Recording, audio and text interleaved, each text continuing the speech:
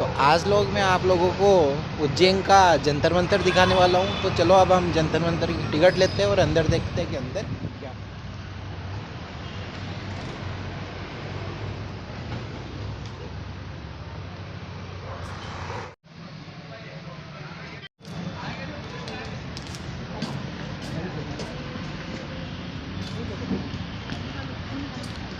सो कुछ इस तरह की है जंतर मंतर। अब हम देखते हैं कि आगे क्या है यहाँ पे। सबसे पहले टिकट चेकिंग पॉइंट।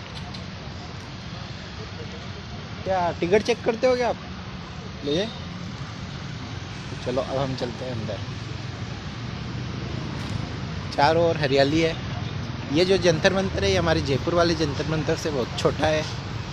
और अब मैं आप लोगों को कुछ जंतर मंतर के बारे में भी बताने वाला हूँ कि जंतर मंतर क्या है, क्या होता है यहाँ पे, और इसका नाम जंतर मंतर ही क्या है। इसमें कोई मंत्र नहीं पढ़े जाते, परंतु हाँ इसमें मंत्रों जैसे काम जरूर किए जाते हैं। तो अब मैं बताता हूँ जंतर मंतर। जंतर मंतर की जो स्थापना है सवाई राजा जयसिंह ने इसकी शुरुआत की थी। अब तक भारत में 5 जंतर मंतर है, जिनमें से एक ये जंतर मंतर है जो उज्जैन में स्थित है, कर्क रेखा पे 23.5 डिग्री पे। दूसरा जो जंतर मंतर है वह राजस्थान में है और एक दिल्ली में भी है। अब 2 बच्चे जो मथुरा और वाराणसी में है। इधर इस जंतर मंतर में एक मैप बनाया गया है 3D वॉल में। आप देख सकते हो कितना बड़ा है। मैं आपको ये फ्रंट कैमरे से भी बताने वाला हूँ, और इसी के साथ में कुछ यहाँ पे ऐसी चीज़ें और बनाई हुई है। तो चलो अब हम देखते हैं फ्रंट कैमरे से। और वीडियो अच्छा लगे तो वीडियो को लाइक करना, और चैनल पे पहली बार हो तो चैनल को ज़रूर सब्सक्राइब। देख सकते हो ये कुछ इतना बड़ा मैप बनाया गया है। इसके अंदर चलते हैं अपन पहले।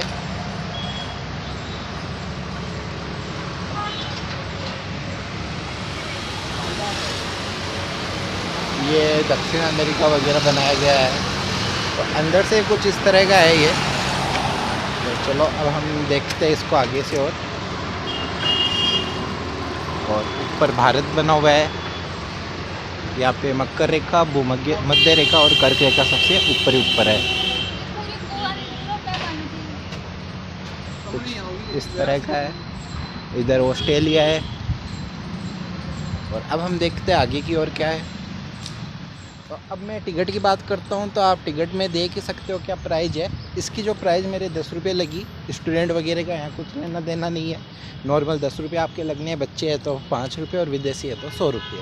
जयपुर की तरह नहीं है कि आपको 50 रुपये या 100 रुपये देने होंगे। स्टूडेंट है तो 5-10 रुपये। तो ये है। यहाँ पे एक तो सौर वेधशाला है जो जयपुर में भी है, और जयपुर वाली जो वेधशाला है वह सबसे बड़ी वेधशाला मुझे लगी। इसी के साथ में यहाँ पे नक्षत्र वाटिका बनी हुई है, और साथ ही साथ और अनेक उपकरण हैं। तो इन सभी उपकरणों को आज मैं दिखाने वाला हूँ। आप देख सकते हो ये मेरे पीछे जो सौर घड़ी है ये, और सबसे बड़ी जो घड़ी है वह राजस्थान के जयपुर में है। तो अब हम देखते हैं सबसे पहले ये सौर वेधशाला, इसके बाद में हम देखते हैं आगे की ओर क्या है। तो आप ये जो देख रहे हो ये नाड़ी वल्लय यंत्र के नाम से जाना जाता है, जैसे सौर वेधशाला के नाम सौर घड़ी जो सूर्य से चलने वाली घड़ी है इसके नाम से भी जाना जाता है। इधर ये जो बना हुआ है ये सम्राट यंत्र है। अब आपको मैं बताता हूँ इसमें टाइम कैसे देखा जाता है। तो यहाँ पे ये जो स्केल बनी हुई है इसकी जो परछाई जिस अकॉर्डिंग है, जिस लैंड पे है उसके अकॉर्डिंग टाइम निकाला जाता है। तो आप देख सकते हो कुछ इस तरह का ये है। और अब इसके बाद में अपन चलते हैं आगे की ओर। तो इसे सन डायल के नाम से भी जाना जाता है। और इधर आप देख सकते हो दिगंश यंत्र लिखा हुआ है। तो इधर हम देखते हैं क्या है। इधर है तुरीय यंत्र, और इस यंत्र के बीच में गोल चबूतर पर लगे लोहे के दंड में तुरीय यंत्र लगाने पर ग्रह नक्षत्रों के 29 ये जो है यंत्र, इसके ऊपर ये गोल जो छड़ी सी लगी हुई है इससे ग्रह नक्षत्रों के बारे में आपको पता लगता है। ये देखो आप देख सकते हो ये जो लड़का है ये लगा रहा है इस यंत्र पे इस तरह से। तो अब हम चलते हैं आगे की ओर।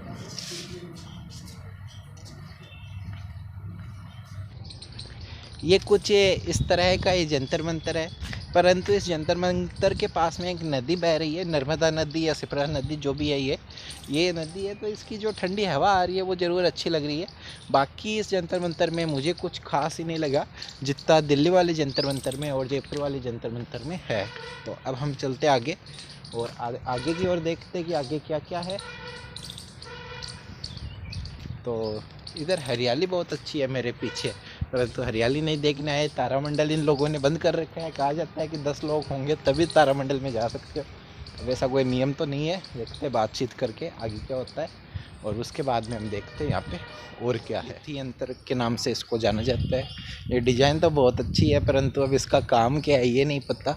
यहाँ पे कोई गाइड जैसा भी यहाँ पे है नहीं, तो यहाँ देखते हैं इसके ऊपर क्या लिखा हुआ है। हाँ, ये जो भित्ति अंतर है ये आपको ये बता सकता है कि सूर्य दक्षिण की ओर है अभी या उत्तर की ओर है या दक्षिण की ओर है। तो ये जो मेरा हिस्सा है ये दक्षिण की ओर वाला है और उधर वाला उत्तर की ओर वाला होगा। तो अब हम देखते हैं इसको पीछे से भी ये सेम टू सेम ऐसा ही होना चाहिए। तो अब हम चलते हैं पीछे की ओर।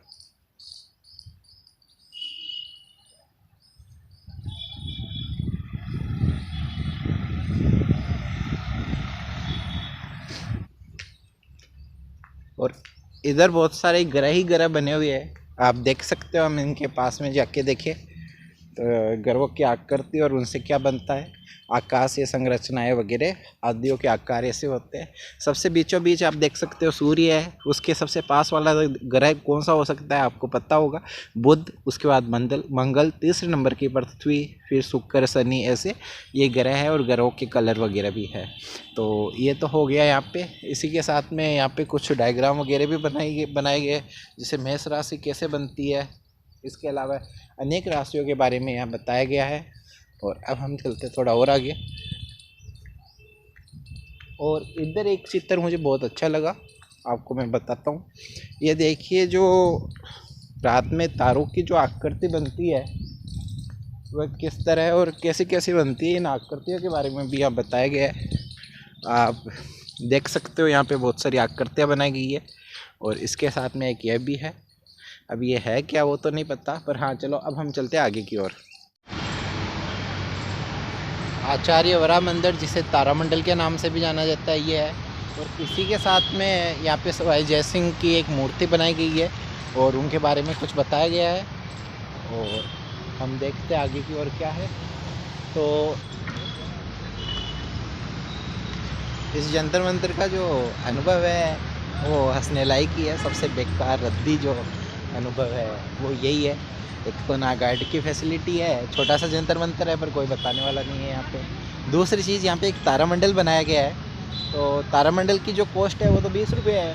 परंतु जब बात करते हैं यहाँ पे तारामंडल के टिकट के बारे में तो ये मना करते हैं कि हमारे पास टिकट नहीं है। कारण पूछते हैं क्यों, क्योंकि ये तो गवर्नमेंट के अधीन आता है।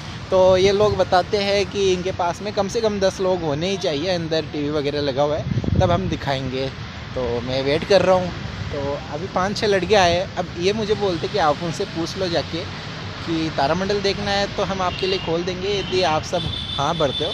यदि नहीं भरते हो तो आपको तारामंडल वगैरह नहीं दिखाया जाएगा। अभी एक टूरिस्ट बस भी आई है जो यहाँ लोकल उज्जैन दर्शन के रूप में चलती है, परंतु उनका जो कंडक्टर है उसकी पहले से सेटिंग है, तो उनमें से किसी को भी वह तारामंडल नहीं दिखा रहा है। सो ऐसा कुछ यहाँ पे बनाया गया है और आप देख सकते हो यहाँ का एक्सपीरियंस बता रहा हूँ, बिल्कुल रद्दी है। अब देखता हूँ लड़के मिलते हैं तो देखना हो जाएगा तारामंडल, वरना मैं तो कहता हूँ कि आप 10 रुपये भी यहाँ वेस्ट कर रहे हो, यहाँ पे कुछ ही लेना देना नहीं है। तो चलो अब हम चलते हैं आगे की ओर। तो लड़के कहाँ हैं उनको देखने।